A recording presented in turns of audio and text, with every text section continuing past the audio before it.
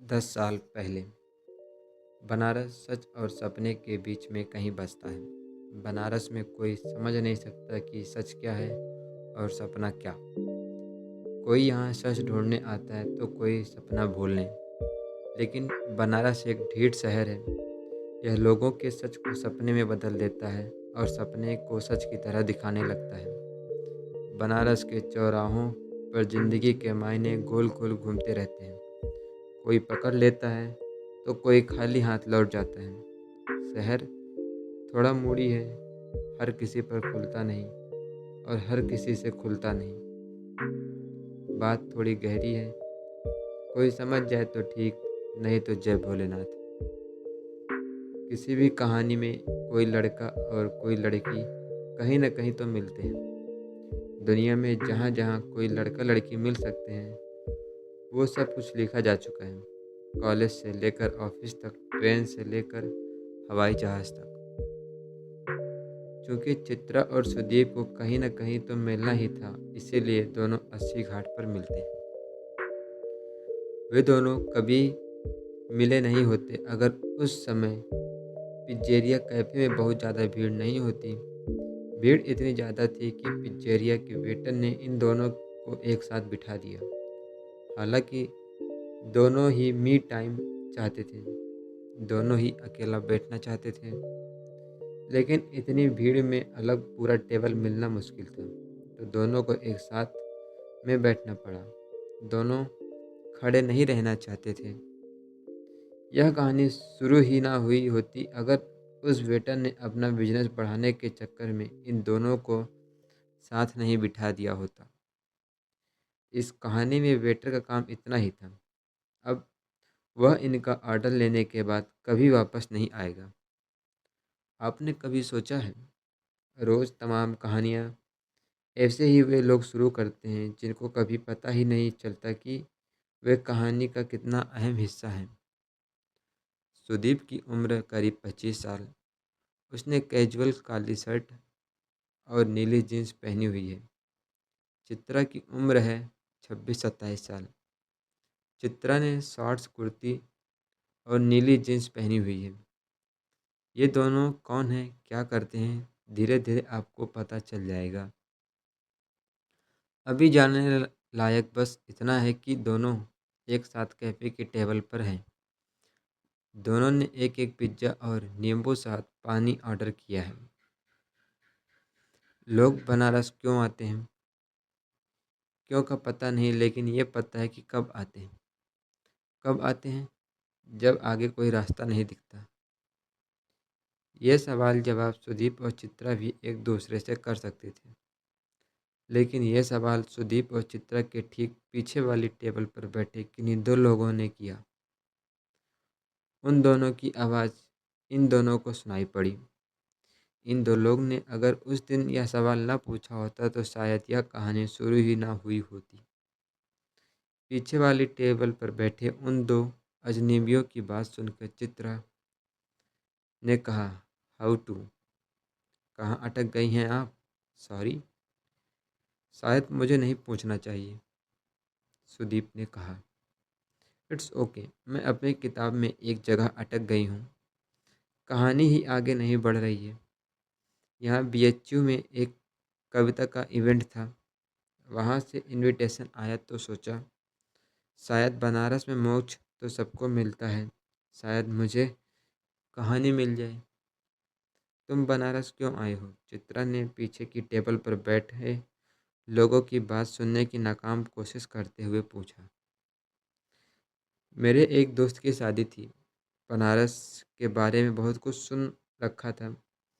कई सालों से यहाँ आने का मन था। कैसा लगा बनारस? जैसा सुना था वैसा तो नहीं लगा अभी तक। कितने दिन से आए हो? एक दिन हो गया। कल ही फ्रेंड की शादी थी। बनारस चढ़ने में टाइम लगता है, चित्रा ने कहा। सॉरी, मैं समझा नहीं। 2 दिन के लिए आओगे तो बनारस कभी अच्छा नहीं लगेगा। बनारस आओ तो फुर्सत से आओ। बनारस आते बहुत लोग हैं, लेकिन पहुंच कम लोग पाते हैं। तुम्हारी ये आखिरी लाइन मेरे ऊपर से गुजर गई। लेकिन एक बात बताओ, ज़्यादा दिन रुकने से बनारस बदल थोड़े जाएगा।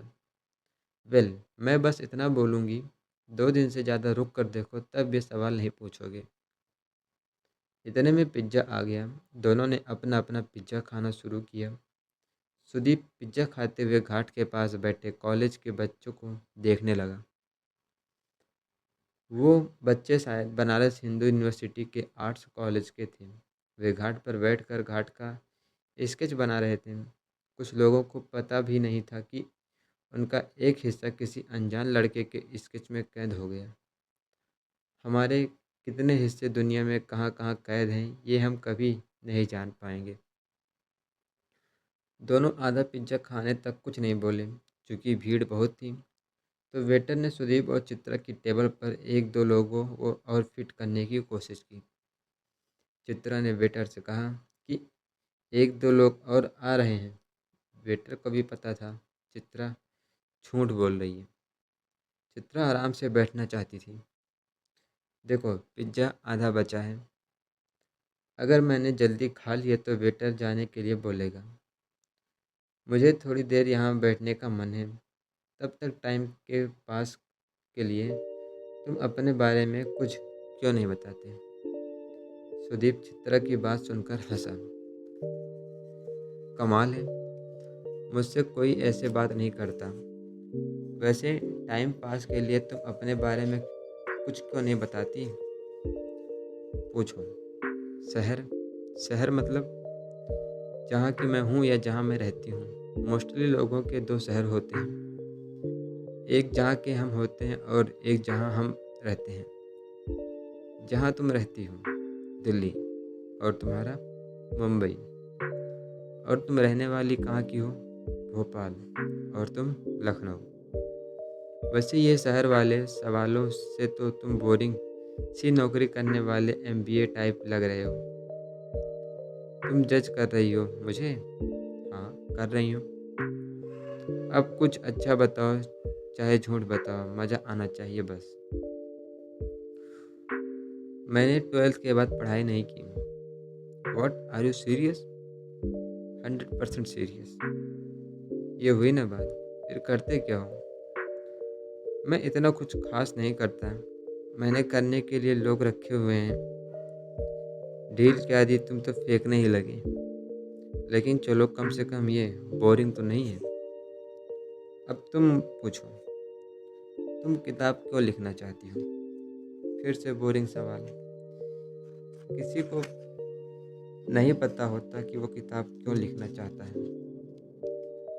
फिर भी कोई तो वजह होगी। मुझे नहीं पता क्यों लिखना चाहती हूँ। शायद नेम फेम के लिए। अब मेरी बारी, पूछो। नाम क्या है तुम्हारा? अब तुम बोरिंग सवाल पूछने लगी। सुदीप यादव। एक मिनट, एक मिनट। सुदीप यादव तो सुना हुआ नाम है। तुम्हारी कंपनी का नाम क्या है? फिर बोरिंग सवाल। अरे बताओ। बुक माई ट्रिप। तो तुम द सुदीप यादव हो? हाँ, सुदीप यादव हूँ। नाम के पहले द लग गया है, मुझे नहीं पता था। खासकर जब कोई इतना अच्छा पिज्ज़ा खा रहा हो, तब मेरी बात बिल्कुल भी नहीं करनी चाहिए। सुदीप ने पिज्ज़ा का एक पीस अपनी प्लेट में रखते हुए कहा। मैंने पेपर में पढ़ा है तुम्हारे बारे में, लेकिन ये स्टार्टअप वगैरह मुझे ज़्यादा समझ नहीं आता। मैं अखबार नहीं पढ़ता, इतना टाइम ही नहीं रहता। तो तुम्हें पता कैसे चलता है कि आसपास क्या चल रहा है? चित्रा ने अपने पिज्जे का आखिरी पीस खाते हुए कहा। मेरी असिस्टेंट मुझे सब अखबारों में से मेरे काम की खबरों की एक रिपोर्ट बनाकर भेज देती है। तो जिस सुदीप यादव के पास भी बिल्कुल टाइम नहीं है, वो यहाँ बनारस में बैठकर आराम से पिज्ज़ा खा रहा है, और मैं उससे कोई फालतू सी बोरिंग बात कर रही हूँ। बताया ना, मैं एक दोस्त की शादी में आया था, और फिर मैंने 3 दिन का ब्रेक भी लिया है। ब्रेक किस लिए? मेरे डॉक्टर ने दवा के साथ छुट्टी भी प्रेस्क्राइब की थी। बनारस का प्लान बना लो तो सोचा यहाँ रुक कर देखते हैं। हुआ क्या है तुम्हें? तुम ज़्यादा ही पर्सनल नहीं हो रही हो? राइटर कब से जर्नलिस्ट टाइप सवाल पूछने लगे। सुदीप ने अपना पिज्ज़ा ख़त्म किया। वेटर अब तक इनकी टेबल पर घात लगाए बैठा था। सॉरी, लेकिन सुदीप यादव ऐसे ही किसी टेबल पर टकरा जाए तो थोड़ा एक्साइटमेंट तो बनता है। मैं झूठ बोल रहा था। मैं सुदीप यादव नहीं हूँ, ना ही मेरी कोई कंपनी है। मैंने एमबीए किया है और मैं नॉर्मल सी नौकरी करता हूँ। सुदीप यादव के बारे में आर्टिकल पढ़ा था कभी, बस आज मौका देख कर फेंक दिया। चित्रा को कुछ समझ नहीं आया कि सामने बैठा वो लड़का सच बोल रहा है या झूठ। आरती सूर्य होने को है। अच्छा लगा आपसे मिलकर मिस राइटर। चित्रा पाठक नाम है मेरा, और तुम्हारा क्या फ़र्क पड़ता है? मान लो सुदीप यादव ही है। अपनी किताब पूरी कर लेना तो भेजना मुझे। कंपनी की वेबसाइट पर एड्रेस है। सुदीप आरती देखने चला गया और वहाँ वह उन बच्चों के स्केच का हिस्सा हो गया। चित्रा ने अपना बिल अदा किया। वह भी घाट पर आरती देखने बैठ गई। उसको सुदीप दिख रहा था, लेकिन वह जिस तरफ बैठी थी वहाँ से सुदीप उसको नहीं देख सकता था। आरती के बीच बीच में चित्रा सुदीप की तरफ देख रही थी। थोड़ी देर बाद सुदीप जहाँ बैठा था वहाँ से उठकर जा चुका था। चित्रा ने 1-2 मिनट तक उसको आसपास देखने की कोशिश की, लेकिन वह दिखा नहीं। हर अधूरी मुलाकात एक पूरी मुलाकात की उम्मीद लेकर आती है। हर पूरी मुलाकात अगली पूरी मुलाकात से पहले की अधूरी मुलाकात बनकर रह जाती है। एक अधूरी उम्मीद ही तो है जिसके सहारे हम बूढ़े होकर भी बूढ़े नहीं होते। एक अधूरी उम्मीद ही तो है जिसके सहारे हम बूढ़े होकर भी बूढ़े नहीं होते। किसी बूढ़े आशिक ने मरने से ठीक पहले कहा था कि एक छटाक भर उम्मीद पर साली इतनी बड़ी दुनिया टिक सकती है, तो मरने के बाद दूसरी दुनिया में उसकी उम्मीद बांध कर तो मर ही सकता हूँ। बूढ़ों की उम्मीद भरी बातें सुननी चाहिए, अच्छी लगती है, बस उन पर यकीन नहीं करना चाहिए। लेकिन ये सब बातें एक उम्र में समझ कहाँ आती हैं। चित्रा को उम्मीद ना होती तो उसने वह सब थोड़े किया होता जो उसने किया। थोड़ी देर बाद चित्रा वहाँ बैठ गई जहाँ सुदीप बैठा हुआ था। उसने अपना मोबाइल पर सुदीप यादव का नाम गूगल किया। यह वही सुदीप यादव था जिसके बारे में चित्रा ने थोड़ा बहुत सुन रखा था। चित्रा ने एक बार फिर चारों ओर नज़र दौड़ाई, लेकिन वह कहीं दिखा नहीं। आरती खत्म करके वह अपने कमरे में आ गई। उसने अपना लैपटॉप खोलकर एक पन्ना लिखा। थोड़ी देर में लैपटॉप बंद किया और अपनी छोटी सी एक नोटबुक में कुछ लिखने लगी। थोड़ी देर में वह उससे भी बोर हो गई। उसने होटल के कमरे का टीवी ऑन किया। टीवी पर इश्क या फिल्म का गाना दिल तो बच्चा है जी चल रहा था। लाइट ऑफ करके वह नहाने चली गई। जब वह नहाकर लौटी तब टीवी पर मुन्नी बदनाम हुई चल रहा था। उसने टीवी बंद किया और सोने की कोशिश करने लगी। उधर सुदीप ने ताज होटल में एंट्री करते ही रिसेप्शन पर अपने लिए अपडेट पूछा। रिसेप्शन पर खड़ी लड़की ने उसको बड़ी इज्जत से बताया कि अभिजात सर का फ़ोन आया था। उन्होंने कहा कि ऑफिस में सब नॉर्मल है, आप आराम से अपनी छुट्टी पर रहें। कुछ भी अर्जेंट होगा तो आपके लिए मैसेज छोड़ देंगे। सुदीप ने रिसेप्शन वाली लड़की को सुबह 5 बजे वेकअप कॉल देने के लिए कहा। उसने डिनर लिया और कमरे में आकर दवा खाकर टीवी ऑन कर दिया। उसने ध्यान नहीं दिया टीवी वॉल्यूम बहुत तेज था और टीवी ऑन करते ही मुन्नी बदनाम हुई गाना बजना शुरू हुआ। उसने तुरंत टीवी बंद कर दिया।